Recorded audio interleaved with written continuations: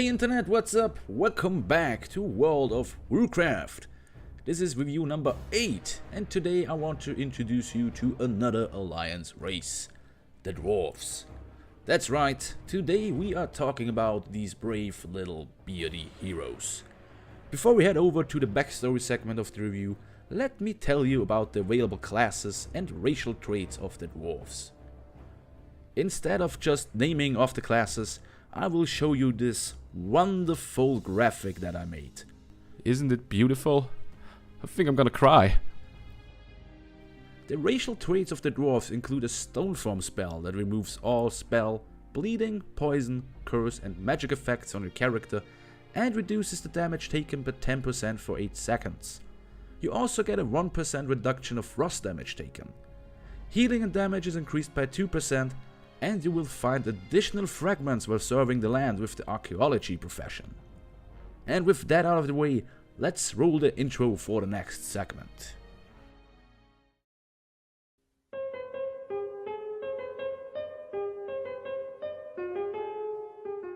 You may not know it, but the backstory of the Dwarves is deeply intertwined with the creation of Azeroth itself. As the Titans, they kinda are the gods of the WoW universe, created Azeroth, they also created the so-called Earthen, sentient beings made of stone who they tasked with shaping the landmass of the planet. Enter the Old Gods. Really evil dudes. These old gods were trapped in Azeroth by the Titans, and to get back at them, they laid the curse of flesh upon the Earthen. The skin of the Earthen got softer and they slowly lost their minds, turning them into what we know today as Trogs. To combat this, the Titans created a new type of Earthen, the Series 2 so to speak. The Earthen 2 are the ancestors of the Dwarves we know today. After the Great Sundering, these Earthen went to the remaining Titan cities of Uldum, Ulduar and Uldaman to go into hibernation. Millennia later they woke up again and had to learn that they not only lost their power over stone, but that their skin smoothed out and turned fleshy. Some of these dwarves went to Northrend and later evolved into the Frostborn Dwarves, while the rest of them went to the Eastern Kingdoms and founded the city of Ironforge. Here they lived united in one giant clan, the Ironforge clan. Like the dwarves of today, these dwarves were very savvy in mining, weaponsmithing and technology. Not only did they help out the humans in their effort in the First and Second War, they also created such powerful weapons as the Ashbringer. About 200 years ago, the dwarves stumbled upon the gnomes, another race afflicted by the curse of flesh. Due to their shared love for technology, they quickly became allies, and the dwarves even helped the gnomes to build their capital, Gnomerigan. Don't worry, we will talk about the gnomes too, just not in this video. Everything was fine and dandy for the dwarves. God, I love to say this. Over time, the Ironforge clan divided into 3 different clans. The Bronzebeard clan, the Wildhammer clan and the Dark Iron clan. As the High King Modimus Anvilmar died, the 3 clans engaged in a civil war, also known as the War of 3 Hammers. The victorious Bronzebeard clan gained control over Ironforge and Dun Morrow, the Wildhammer clan settled in Grim Bartol in the Wetlands, and the Dark Iron Dwarves settled in the Red Ridge Mountains, where they built their new capital, Torisan, named after their leader. Bitter from the loss, the Dark Iron Dwarves again declared war on the 2 remaining clans. Torisan's wife, Modgut, used dark magic to turn the tide of war in favor for the Dark Iron Dwarves, and they even succeeded in destroying the Wildhammer's homeland. But by accident they also released the elemental fire lord Ragnaros, who thanked them by enslaving them. Another side effect to the dark magic was the loss of their humanoid form and the transformation to a more reptilian-like physique. The Wildhammer clan eventually made its new home in the hinterlands, where they found the city Airy Peak. While a lot of Dark Iron Dwarves are still enemies of the other clans, there is a splinter group called the Taurian Brotherhood, who is reaching out to the other clans. And that brings us to today. Guess what? We are talking about Deathwing again. To protect his people from the cataclysm and its, well, cataclysmic effects, the current Dwarven king Magni Bronzebeard is looking for help in an ancient Titan tablet which was found in the Titan city of Ulduar. But something terrible happened.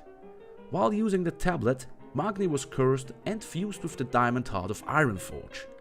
Learning of her father's supposed death, his daughter, Moira Torison, returned to Ironforge to claim her throne. If that name sounds familiar, that may be due to the fact that she married the Dark Iron Dwarf King Dagran Torison. And she didn't come alone. With her she brought her newborn son Fenren Torison, the first half Bronzebeard, half Dark Iron Dwarf. As you can imagine, people weren't too thrilled with the Queen of the Dark Iron Dwarf sitting on the throne. This created the Council of the Three Hammers, consisting of the aforementioned Moira, Magni's brother Muradin Bronzebeard, and Falstad Wildhammer. Even though Moira is claiming to only have the best in mind for Ironforge and her son, there are still people not believing her. And now it's finally time to take a look at the game itself.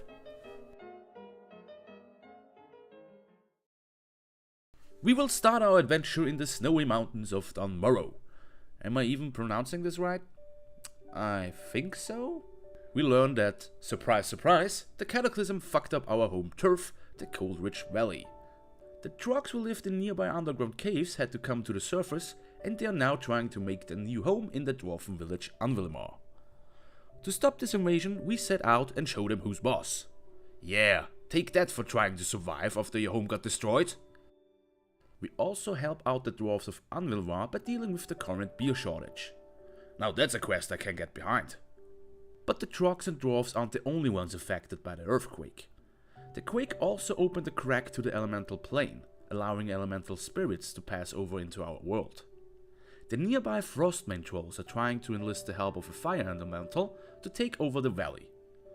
And you guessed it, we solved that problem with good old violence too. With those problems solved, we decide to go to Ironforge to warn our brothers and sisters about the rising elemental threat. Too bad that the only passage out of the valley is blocked now. So let's grab some beer for the road and hop onto this plane. We learn that things aren't looking great outside the valley either. Before we can go to Ironforge, we have to help out at Karanos. The Frostmane trolls of the area are starting to make trouble too. Once again we set out to deal with the problem.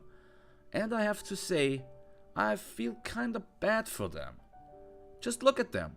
All they do is dance all day. And what do? Steal their wheat, burn down their houses, and shrink them. Oh, but look at him. He's so cute. To secure Dunmorrow, we also travel to the Golbola Quarry to help out with another truck problem. And we also run into a group of Dark Iron spies. I was wondering when these guys will show up. We quickly figure out that the Dark Iron Dwarves are trying to take advantage of the earthquake and the resulting chaos. To sabotage the defenses of Ironforge and start a full-on attack, they invade the Ironforge airfield. Of course we head over there and deal with the problem. And we do so in the most fun way possible, bombing their asses.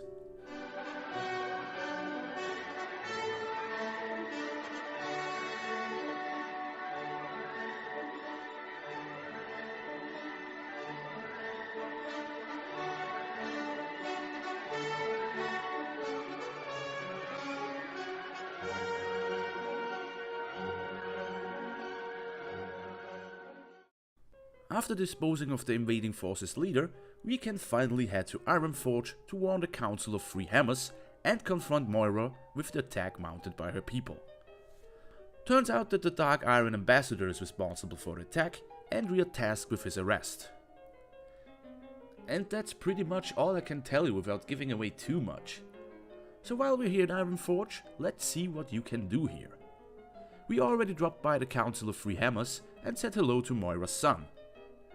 Yeah, that certainly looks like a baby. But Ironforge is offering so much more. You can hang out in one of the numerous taverns, drop by the gnomish Tinkertown and check out the Deep Run tram there. The tram is a fast way of transportation if you want to go to Stormwind. There's also the Hall of Explorers with its interesting exhibits. Plus, the Heirloom vendor is there too if you want to get them. And last but not least, we can visit Magni Bronzebeard in his diamond tomb. To do so, all you have to do is to go to Old Ironforge. Just follow this way and he should be right here. Wait, where is he? What? He came back to life as a talking diamond statue and just walked away? That's not supposed to happen until we reach the Legion add-on. Come on, Blizzard, that's the second time you make me look stupid. God damn it, Blizzard, I have it with your shit. Every time you pull this bullshit on me, I'm so fed up with it. To be serious for a minute, I actually really enjoyed the Dwarves Storing Zone. But I have to mention that I'm a huge sucker for Dwarves. Ever since I saw the first seconds of the first World of Warcraft trailer, I was a fan of them. Maybe I just identify with small, bearded, beer-loving people. So I may not be entirely neutral in this review. I had a lot of fun running through the snowy plains of Dunmorrow fighting trogs and trolls. All the quests somehow deal with the effects of the Cataclysm and build on one another, and that's a big plus to me. After finishing the starting zone, you feel like you have experienced the whole story, and you feel like you accomplished something. You fought back an Iron Dwarf invasion, and brought the dwarf responsible for it to justice. And that's all I have for today. Next time we will switch back to the Horde and the Goblins of Kazan. If you enjoyed this review, let me know by hitting the like button or leaving a comment. If you feel especially generous, consider sharing this video or subscribing to the channel. This is Roos signing off. Bye bye. Ow! You were not supposed to hear that.